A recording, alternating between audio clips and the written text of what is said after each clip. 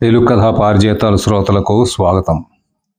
ఈరోజు చదవబోయే కథ 'వారెవ్వా క్యా ఖేలా హై'.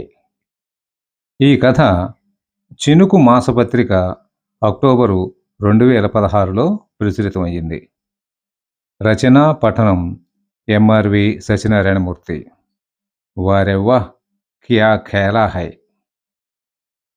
ఒరే అప్పిగా, రోజు ఇలా మా ఆఫీస్ క్యాంటీన్కి వచ్చి కుంభాలు కుంభాలు లాగించేస్తున్నావు గాని నీ ప్రాణమిత్రుణ్ణి ఓ ఇంటివాణ్ణి చెయ్యాలన్న ఇంగితం లేకుండా పోతోందిరా నీకు అన్నాడు జీజీనాథం అక్కసుగా. అప్పటికే 2 ప్లేట్ల పులిహార తినేసి పెరుగన్నం ఆబగా తింటున్న అప్పారావు ఓసారి తల పైకెత్తి మిత్రుడికేసి చూసి పెదవులు తెరవకుండా నవ్వి తిరిగి తన పనిలో లీనమైపోయాడు. జీజీనాథం పెరుగన్నం తినేసి అరటిపండు తినడం అనే మహత్కార్యాన్ని కూడా పూర్తి చేసి ఎడం చేతిలోని అరటిపండు తొక్కను వెనక్కి విసిరేశాడు. అరటిపండు తొక్క కరెక్ట్గా గోడ దగ్గరున్న బాస్కెట్లో పడింది. అది చూసి ఆశ్చర్యపోయాడు అప్పారావు. లంచ్ చేసిన తర్వాత, ఒరేయ్ నాథం, ఈ అరటిపండు తొక్క అంత సూటిగా ఎలా బాస్కెట్ బాల్లో వేస్తున్నావురా? నిజంగాను? ఆ, అది వెనక్కి కూడా తిరగకుండా ఆశ్చర్యంగా అడిగాడు. దానికి చిన్నగా నవ్వాడు జీజీనాథం. ఒరే వీరనాగన్న, బాస్కెట్ బాల్ ఆటకు పుట్టినిల్లైన మార్టేర్లో నేను చదువుకున్నప్పుడు బాస్కెట్ బాల్ ఆడడం బాగా ప్రాక్టీస్ చేశాను. కోర్టులో ఎక్కడ నిలబడినా బాల్ని గోల్ చేయడంలో నేనే నెంబర్ 1గా పేరు సంపాదించాను. ఓసారి గ్రౌండ్ మధ్యలో నిలబడి వెనకనున్న గోల్కి బాల్ వేయడంతో నా పేరు హై స్కూల్ అంతా మారుమోగిపోయింది. అటువంటిది మనకి 6 అడుగుల వెనకనున్న బాస్కెట్‌లోకి ఆ అరటిపండు తొక్క వేయడం, బాటిల్ తెంపకుండా లీటర్ బాదం పాలు తాగడం అంత ఈజీ అన్నమాట. ఈ గురునాథం గురి ఎప్పుడూ తప్పలేదు. తప్పదు కూడా గర్వంగా చెప్పాడు జీజీనాథం. హార్ని, నీలో ఇంకో విద్య కూడా దాగుందా అని రెండోసారి ఆశ్చర్యపోయిన అప్పారావుకి హఠాత్తుగా భార్య ఉదయం చెప్పిన మాట గుర్తుకు వచ్చి గోదావరి వరద 3వ ప్రమాద హెచ్చరిక విన్న వరి రైతుల కంగారు పడిపోయాడు. సాయంత్రం పవన్ కళ్యాణ్ సినిమాకి టిక్కెట్లు తెస్తేనే తలుపు తీస్తానని, లేకపోతే వరండాలోనే మీరు విశ్రాంతి తీసుకోవచ్చని కోవై సరళ లెవెల్లో చెప్పిన భార్య మాటలు చెప్ అప్పారావు చెవుల్లో గింగురుమంటున్నాయి. ఒరే నాథం, మా వీధిలో కొత్తగా మ్యారేజ్ బ్యూరో పెట్టారురా. నాకు బాగా తెలుసున్నవాడతను. అందరికీ రిజిస్ట్రేషన్ ఛార్జ్ ₹1000. నాకు 50% కన్సెషన్ ఇస్తా అన్నాడు. నువ్వు ఓ 5 కొట్టు. రేపొద్దుటే పెళ్లి కూతురు లిస్టు నీకు పట్టుకొచ్చిస్తాను. మొహమంతా నవ్వు పులుముకుని చెప్పాడు అప్పారావు. పెళ్లి కూతురు లిస్టు తెస్తాననగానే జీజీనాథం ఆనందంగా 500 తీసి మిత్రుడికిచ్చాడు. హమ్మయ్య! ఇవాల్టికి గండం గడిచిందని అర్జునుడు వదిలిన బాణంలా సినిమా థియేటర్‌కేసి దూసుకుపోయాడు అప్పారావు. అప్పారావు, గురునాథం డిగ్రీలో క్లాస్‌మేట్స్. ఉద్యోగరీత్యా కూడా ఇద్దరూ ఒకే ఊళ్ళో ఉండడంతో వారి స్నేహం మరింతగా పెరిగింది. గురునాథం ఆఫీస్ క్యాంటీన్‌లో అన్నీ తక్కువ ధరలకిస్తారు. పులిహార, పెరుగన్నం ₹10కు, టీ ₹2కి, మైసూరు బజ్జీ, అరటికాయ బజ్జీ ₹5కే కంపెనీ ఉద్యోగులకిస్తారు. లంచ్ టైంలో అప్పారావు గురునాథం దగ్గరకొచ్చి, గురునాథం ఖాతాలో శుభ్రంగా తనకు కావాల్సినవి తినేసి వెళ్ళిపోతాడు. మిత్రుణ్ణి ఏమీ అనలేడు జీజీనాథం. మర్నాడు అప్పారావు ఎక్కడిదో ఓ పాత లిస్టు కొత్తగా జిరాక్స్ తీయించి గురునాథంకిచ్చి తనకి కావాల్సిన టిఫిన్‌లు తినేసి వెళ్ళిపోయాడు. అందులోని పెళ్లి కూతుర్ల కాంటాక్ట్ నంబర్‌లకు ఫోన్ చేయగా చాలామందికి పెళ్లిళ్ళై పిల్లలు కూడా పుట్టారని తెలిసి పెళ్లి మీద బెంగ పెట్టుకున్న గురునాథంకు 102 డిగ్రీల జ్వరం కూడా వచ్చింది. అసలు తనకు ఓ ఇంటివాడయ్యే యోగం ఉందో లేదో తెలుసుకుందామని అప్పారావుని వెంటబెట్టుకుని ఓ జ్యోతిష్యుడి దగ్గరికెళ్ళాడు గురునాథం. అతడి పుట్టిన తేదీ కంప్యూటర్‌కి ఎక్కించి జాతక చక్రం వేసి 10 నిమిషాలు దీర్ఘంగా ఆలోచించి పెదవి విరిచాడు జ్యోతిష్కుడు శర్మ. అది చూసి ఢామ్మని వెనక్కి పడిపోయాడు గురునాథం. జ్యోతిష్కుడు లోపలికెళ్ళి మంచినీళ్ళు పట్టుకొచ్చి గురునాథం మొహం మీద చల్లగా లేచి కూర్చున్నాడు. ఏమయ్యా, నీకు ఫిట్సు, నరాల నిస్సత్తువ లాంటి అవలక్షణాలు కూడా ఉన్నాయా? జ్యోతిష్కుడు అడిగాడు గురునాథాన్ని. లేవండి బాబు! మీరు పెదవి విరిస్తే నాకు కళ్యాణ యోగం లేదేమోనని భయపడిపోయానండి అన్నాడు జీజీనాథం. అతని మాటలకు జ్యోతిష్కుడు పెళ్ళున నవ్వాడు. ఏం లేదయ్యా! మధ్యాహ్నం మా ఆవిడ గారెలు చేసి పెట్టిందయ్యా! నాకు గ్యాస్ట్రిక్ ప్రాబ్లమ్. గ్యాస్ ఎగతన్నేసి గ్యాస్ రిలీజ్ అవ్వక నేను పెదవి విరిచానంతే. నువ్వు పడిపోవడంతో నా గ్యాస్ ప్రాబ్లమ్ తీరిపోయింది. నీకు కళ్యాణ యోగం త్వరలోనే ఉంది అని భూతద్దం తీసుకొని అతని చేతి రేఖలు, అరికాళ్ళ రేఖలు, నుదుటి రేఖలు అన్నీ నిశితంగా పరీక్షించాడు. తర్వాత గురునాథం భుజం మీద బలంగా చరిచాడు శర్మ. బాధగా ఉన్నా కిక్కురుమనకుండా సహించి వెర్రి నవ్వు ఒకటి నవ్వాడు గురునాథం. ఏవోయ్! వచ్చే శుక్రవారం నిన్నో పెళ్లి కాని అమ్మాయి చెంప మీద కొడుతుంది. వెంటనే దోషం పోయి నీకు పెళ్ళవుతుంది అని మళ్ళీ భుజం మీద దాడి చేయబోతున్న శర్మ చేతిని గురునాథం లాఘవంగా పట్టుకుని కళ్ళగద్దుకున్నాడు. జేబులోంచి 2000 తీసి శర్మకు సమర్పించుకున్నాడు. గురువారం రాత్రి నుండే గురునాథానికి టెన్షన్ పెరిగిపోయింది. శ్రీహరికోటలో రాకెట్ లాంచింగ్‌కి హడావిడి పడే శాస్త్రవేత్తల ఎప్పుడు తెల్లారుతుందా? ఎప్పుడు రోడ్డు మీద పడదామా? ఎప్పుడు అమ్మాయి చేత చెంపదెబ్బ తింటానా? అని మదన పడిపోయాడు. తెల్లవారుజామున పడుకున్నాడు. ఉదయం లేవగానే సూర్యుడికి దండం పెట్టుకుని, ఎన్నాళ్ళో వేచిన ఉదయం ఈనాడే ఎదురవుతోంది అని పాడుకున్నాడు. ఉమెన్స్ కాలేజీ దగ్గర బీటేశాడు. ఎవ్వరూ గురునాథాన్ని పట్టించుకోలేదు. ఒకరిద్దరు లేడీస్‌ని టైం అడిగాడు.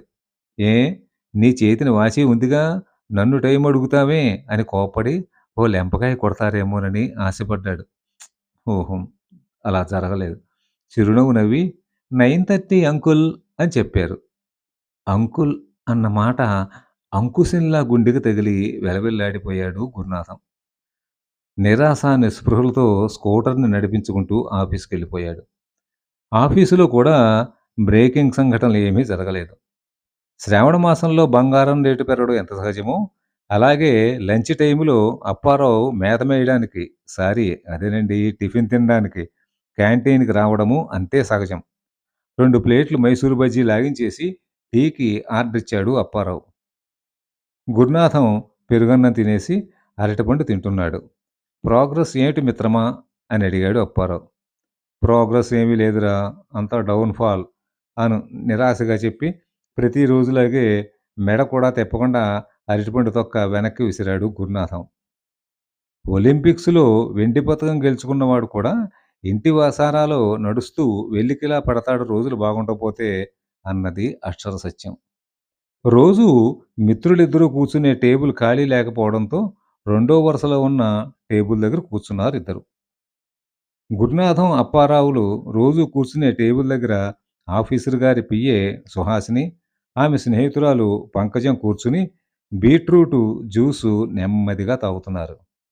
సుహాసిని పుట్టినరోజు కావడంతో లేత గోధుమ రంగు పట్టుచీర కట్టుకుంది.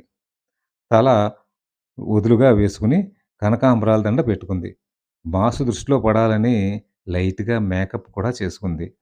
పెద్ద యూ కట్టుతో ఉన్న పట్టు జాకెట్ వేసుకోవడంతో ఆమె వీపు బంగారు రంగులో మిలమిలా మెరిసిపోతోంది.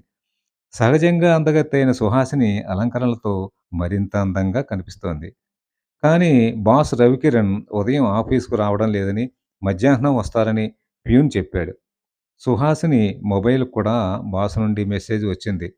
తన స్పెషల్ గెటప్ బాస్ కళ్ళల్లో పడాలని తాపత్రయపడుతుంటే, అనుకోని ఆలస్యమైందని బాధపడిపోతోంది సుహాసిని. అటువంటి సమయంలో వీపు మీద ఏదో చల్లగా పడ్డంతో ఉలిక్కిపడి కెవ్వుమని కేకేసి నిలబడింది సుహాసిని. అయితే ఆ కంగారులో ఆమె చేతిలోని కప్పులోని బీట్రూట్ జ్యూసు ఆమె చీర మీద ఒలికిపోయింది. కంగారుగా ఆమె వెనక్కి తిరిగి చూసుకుంటే అరటిపండు తొక్క కనిపించింది కింద. ఎవరీ పని చేశారా అని చూస్తుంటే గురునాథం కేసి చూపించింది పంకజం. కుర్చీలోంచి లేచిన సుహాసిని గురునాథం టేబుల్ దగ్గరికి వెళ్ళి, "ఏరా ఈడియట్! నువ్వేనా అరటిపండు తొక్క వేసింది" అని అడిగింది. తన ఎదుట నిల్చున్న దేవకన్యని విస్మయంగా చూసి, ఆపై ఆనందంగా "యస్ మేడం నేనే విసిరాను" అని లేచి నిలబడ్డాడు. సుహాసిని వెంటనే గురునాథాన్ని లాగి లెంపకాయ కొట్టింది. ఆ ధ్వనికి క్యాంటీన్‌లోని వారందరూ ఆశ్చర్యంతో నోళ్లు వెళ్ళబెట్టారు అప్పారావుతో సహా. గురునాథం చెంప కందిపోయింది. సుహు సుహాసిని కొట్టిన దెబ్బకి. సిగ్గుతో, బాధతో తలదించుకోవాల్సిన గురునాథం జ్యోతిష్కుడు శర్మ చెప్పిన మాట గుర్తుకొచ్చి, "అహ నా పెళ్ళియంట, ఓహ్ నా పెళ్ళియంట, నీకు నాకు పెళ్ళంట" అంటూ ఆమె చుట్టూ తిరుగుతూ డాన్సు చేయడం ప్రారంభించాడు. గురునాథం జరిగిన దానికి సారీ చెప్పకపోగా, మరింత అనుచితంగా ప్రవర్తించడంతో సుహాసిని కోపం నషాళానికంటింది. గురునాథం షర్టు చేత్తో పట్టుకుని 2 లెంపలు వాయించేసింది సుహాసిని. అప్పుడే ఆఫీసుకొచ్చిన బాస్ రవికిరణ్ క్యాంటీన్‌లో గొడవ జరుగుతోందని ప్యూన్ చెప్పడంతో హుటాహుటిన ఆఫీస్ క్యాంటీన్ దగ్గరకొచ్చాడు. లోపలి దృశ్యం చూసి రవికిరణ్ అవాక్కయిపోయాడు. సుహాసిని గురునాథం షర్ట్ పట్టుకుని చెంపలు వాయించడం చూడగానే నరకాసురుడిని దండిస్తున్న సత్యభామ అతని కళ్ళ ముందు గోచరమైంది. అసలే విశాలంగా ఉండే సుహాసిని కళ్ళు కోపంతో మరింత పెద్దవయ్యాయి. లేత గోధుమ రంగు పట్టుచీర, దానిపై ఒలికిన బీట్రూట్ రసం ఎర్రగా రక్తం ఊడుతున్నట్టు కనిపిస్తోంది. బాగా పొడవైన ఆమె జుట్టు భుజాల కిందకు జారి కొత్త అందాన్ని చేకూరుస్తోంది. రోజూ చూసే సుహాసిని కోపంలో కూడా ఎంత అందంగా ఉంటుందా? అని ఆశ్చర్యపోయాడు రవికిరణ్. నెమ్మదిగా అతని పెదవులపై దరహాసం విరిసింది. వెనుతిరిగి తన ఛాంబర్‌కెళ్ళిపోయాడు.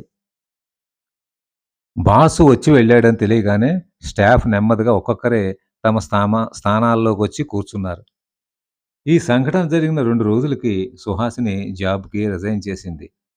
అంతకంటే బ్రేకింగ్ న్యూస్ ఏమిటంటే పై వారమే రవికిరణ్, సుహాసినిల వివాహం జరగబోతోందన్నది.